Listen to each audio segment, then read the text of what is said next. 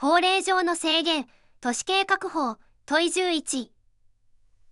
市街化区域については、少なくとも用途地域を定めるものとし、市街化調整区域については、原則として用途地域を定めないものとする。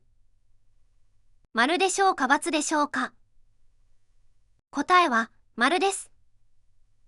市街化区域には、必ず用途地域を定めます。市街化調整区域には、原則として用途地域を定めません。非線引き区域には、用途地域を定めることができます。準都市計画区域には、用途地域を定めることができます。都市計画区域、準都市計画区域以外の区域には、用途地域を定めることはできません。